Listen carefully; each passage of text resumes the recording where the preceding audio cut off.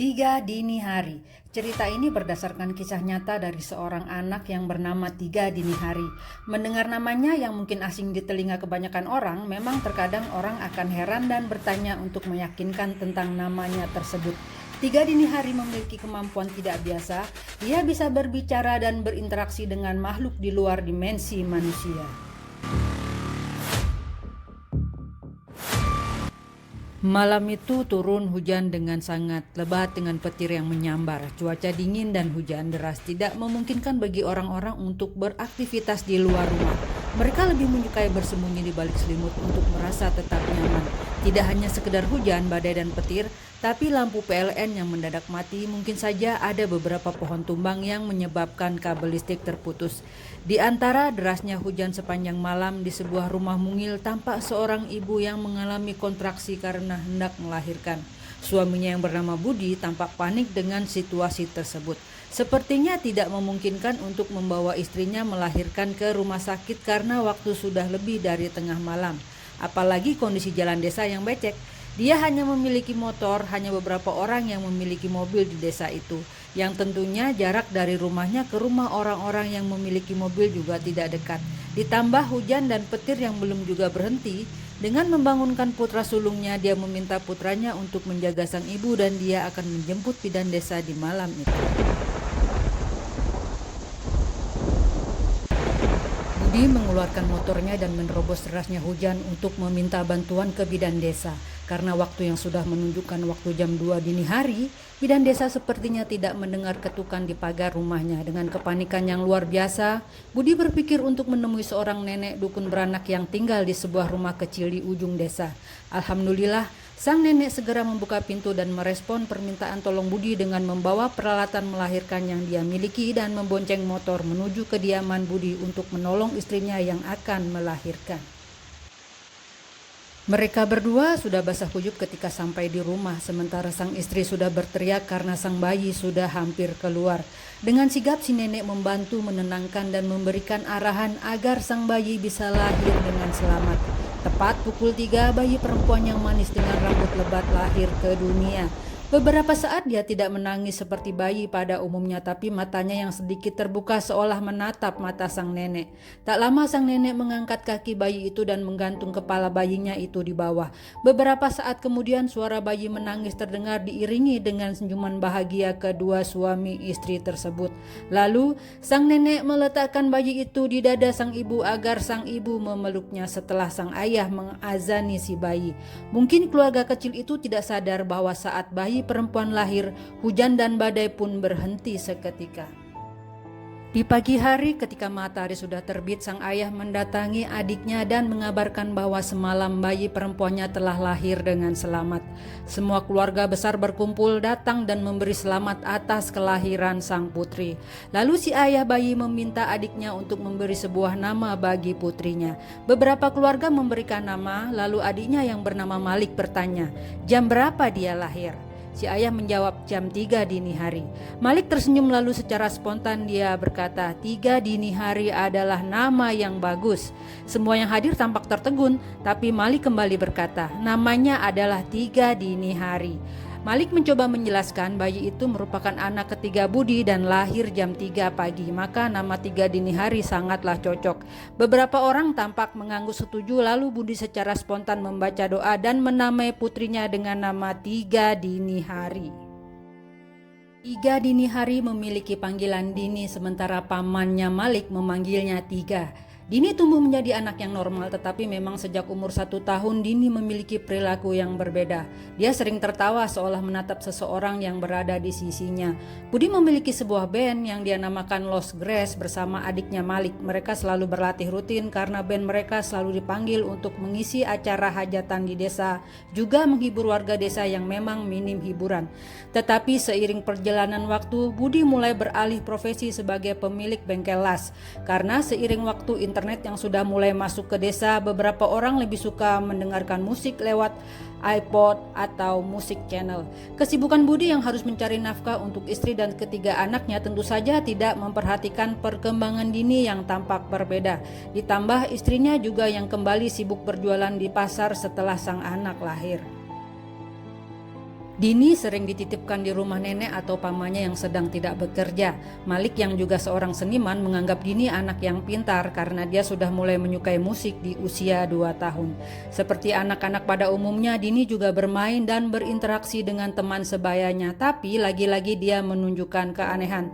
Tiba-tiba dia akan berpaling ke arah lain dan berbicara dengan seseorang lalu berjalan sendiri sambil bercakap-cakap. Orang akan menganggap dia berbicara seorang diri. Bahkan jika anak lain takut gelap atau mudah ditakuti ada hantu di suatu tempat, Dini tidak takut sama sekali, malah biasanya dia akan mendatangi tempat yang orang anggap berhantu. Sang paman yang menyadari keanehan Dini lalu mencoba berkonsultasi dengan saudaranya yang juga tokoh spiritual bernama Toha. Saat itu usia Dini sudah 7 tahun.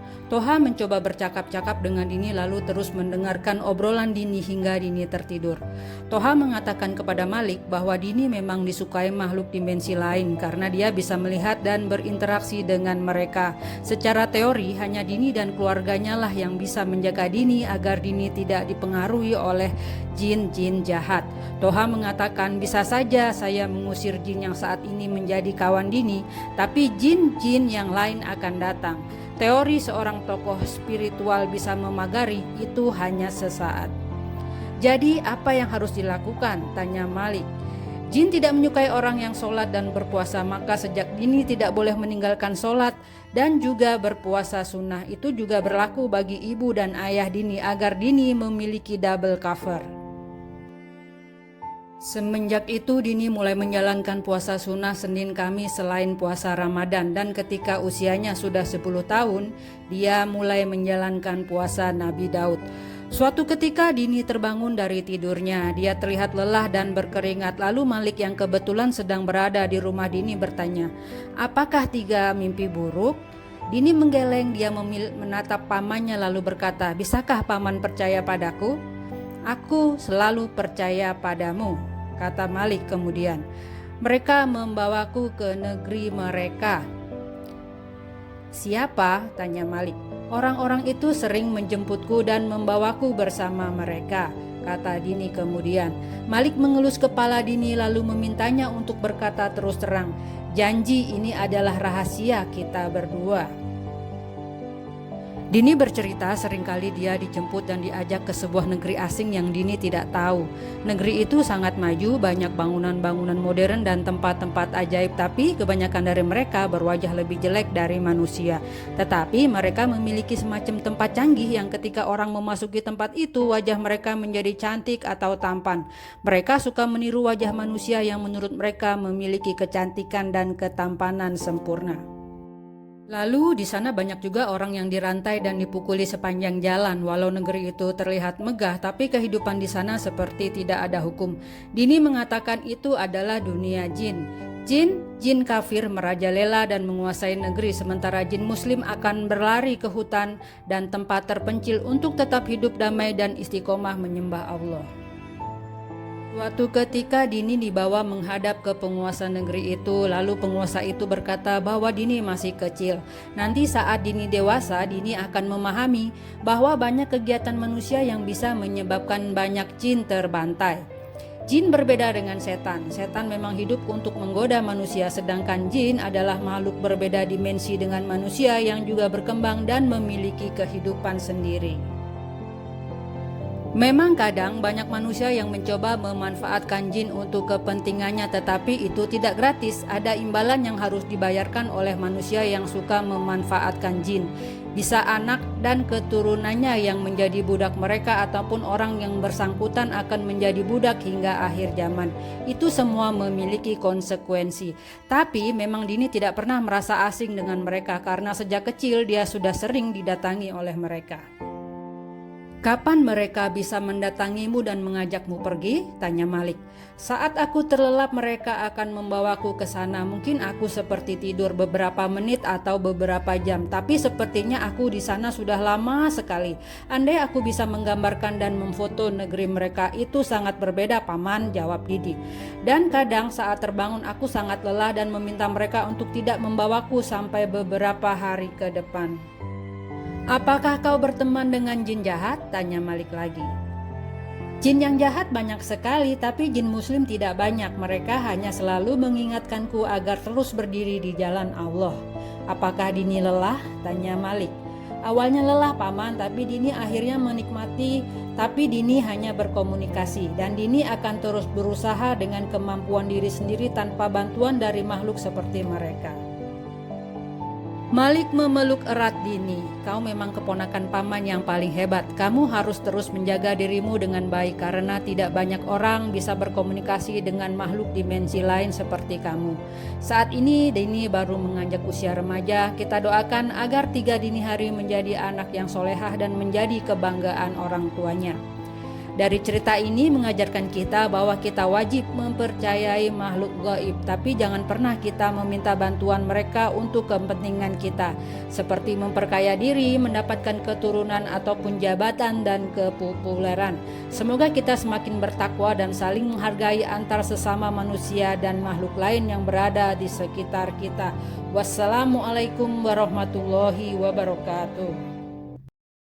Oh ya Sobat True Stories, saat ini True Stories sudah menerbitkan novel yang berjudul Intrik Segitiga Beda Sisi, cerita yang berdasarkan pengalaman pribadi. Saat ini sudah bisa dibeli di Shopee. Jangan lupa dibeli ya, terima kasih.